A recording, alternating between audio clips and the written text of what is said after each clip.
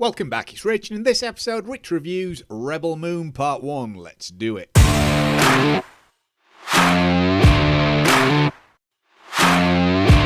Welcome back to Rich Reviews, no nonsense movie chat from the UK. So Rebel Moon, A Child of Fire Part 1 is the first of a two-part Netflix movie series from Zack Snyder, and is what promises to be his version of an 18-rated, big-budget, more gritty and darker Star Wars film, after he allegedly proposed story ideas to Lucasfilm for his version of Star Wars, but was turned down. So he thought, okay, I'll just go and make my own, and here we get Rebel Moon.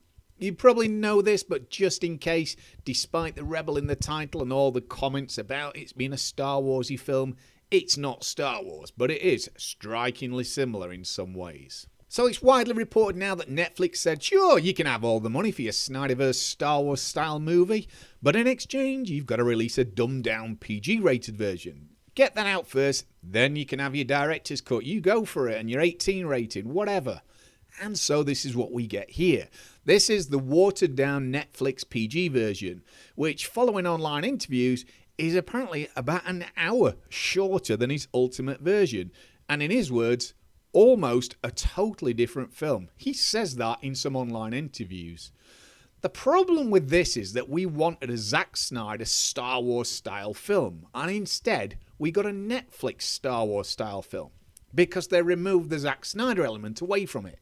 They removed his vision, his cut, and that's going to release soon anyway. So for now, instead of getting Zack Snyder alternate Star Wars, we just get alternate Star Wars, which is not as good as Star Wars, so go figure. Anyway, regardless, for now, this is the version out there, and yet it's still pretty good, to be fair. It's got its issues, but it's pretty good. I do hope, though, that the upcoming director's cut's more than just blood and gore and really does add to this story.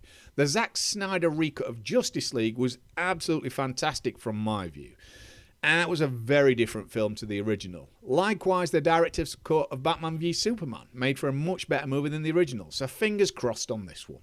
So the story follows the lead actor Sofia Boutella as Cora, a warrior with a mysterious past who's hiding out on this farming planet which is visited by the Imperium, the military offshoot of the imperialistic mother world that rules the galaxy. The Imperium army are looking for Cora and also supplies, and so make this world their next target. After an altercation with said Imperial army, our hero teams up with lead farmer Gunnar to go out on a mission into space to various planets in order to find other warriors of special ability and build a rebel team to take on the evil space crew and fight for their freedom. Does that sound familiar? It should do, as it's really close to the original Star Wars film and the more recent Force Awakens story thread. But still, I'm all for a bit more Star Wars style filming and love the visuals of Zack Snyder, so what could go wrong? Well, let's talk first about what worked. So I actually liked Rebel Moon. It's not without its flaws, but if you're a Zack Snyder fan, and in particular his visuals, you will like this. It's what you expect from him. Some of the CGI and effects here are absolutely outstanding. There's several times that I sat thinking, man, this looks really impressive. He just knows how to deliver on that front. I get it though, visuals aren't everything in a film, not by a long shot, but just know this is one hell of an impressive looking piece of art. We have some gorgeous slow motion tracking shots, which there's plenty of people online suggesting that there's way too much slow-mo in this, but I actually liked it. We get the robot Jimmy as shown in some of the posters too, and trailers voiced by Anthony Hopkins, and most of his shots are in brightly lit sunlight, and again, I kind of just stopped at various moments thinking, just how amazing this looked. I thought that was absolute CGI perfection. There's a really, really high bar and fine line nowadays with CGI. In a lot of cases, it's either just way too much and a complete yawn fest, giving a feeling of being bored of everything CGI. But if you just tip over that very fine line, it becomes a gorgeous, mesmerising visual fidelity, and it adds to the overall experience, and this film is definitely in the latter. The film does take a while to get into it, and I tend to find this as well with many new sci-fi films. I find it quite difficult to concentrate and immediately gel with characters in an alien world, with alien cultures, or while trying to make sense of a slightly convoluted or confusing story, which hopefully I've simplified at the start of this video for you. So I felt like I had to push through the first kind of 15-20 minutes or so. But once Cora kicks into action, things really start to ramp up. We suddenly out of nowhere get to see what she's capable of. We get some great fighting scenes and the mission being laid out clearly. So the audience suddenly gets that, great, I get it now, I'm on board. That's the kind of feeling that I got suddenly. Sofia Boutella as Cora is great in this. She's one character that you do root for and spend most time with. We learn about her past and motivations to take down the Imperial Army, which is run by Atticus Noble, a kind of Indiana Jones-style military baddie, played brilliantly by Ed Skerrin. He's brutal and will stop at nothing to expand their influence over the entire galaxy. He's kind of like Negan from Walking Dead. He's not nice at all, and I would imagine an 18-rated cut would just enhance that.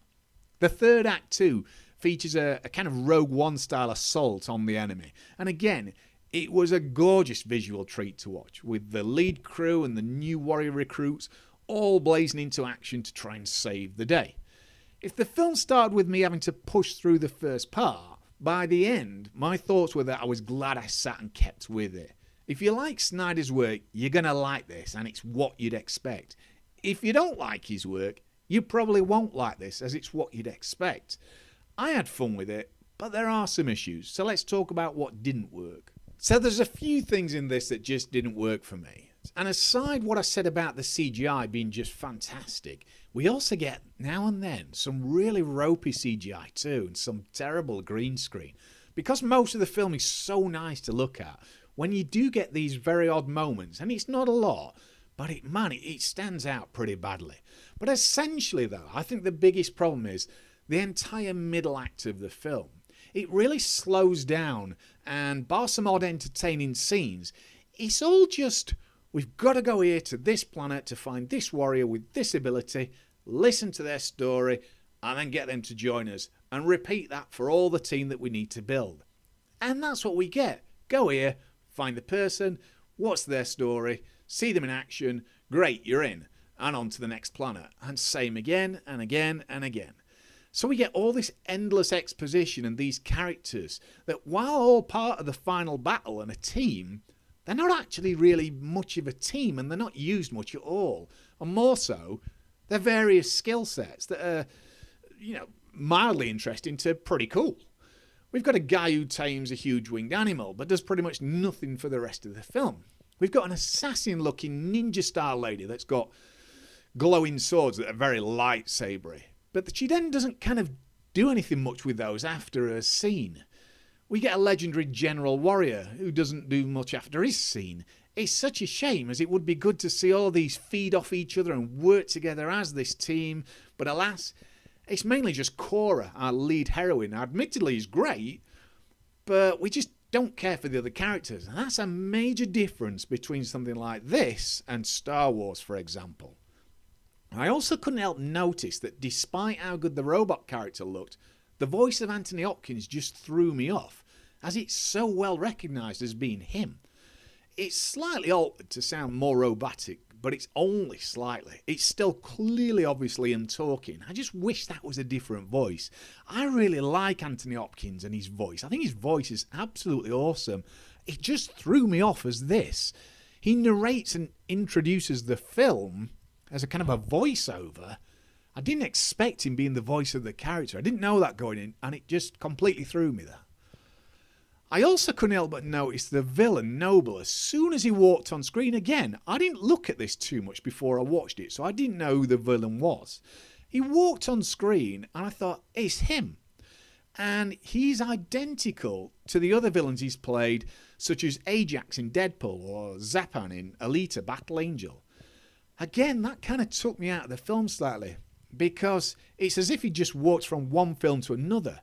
I mean, he's really good in it, and he plays the role well, but it's ultimately the exact same looking, attitude, voice, mannerisms again and again.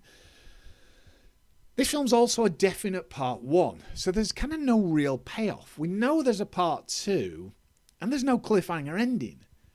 We get many loose ends left hanging, but not any of that's going to make you feel, oh man, I need to know what happens here, or what's going to happen to them, or what does their past mean? We didn't find out. You'll get to find out in the next one. You probably will, but we don't get that feeling of wanting to know.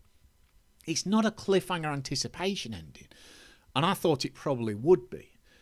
This is also the super cut up, watered down version, so we know we're going to be getting the short change from the start. I think there's a much better version of this film out there with the ultimate Zack Snyder vision, which is what we wanted from the start, and it's clearly missing here.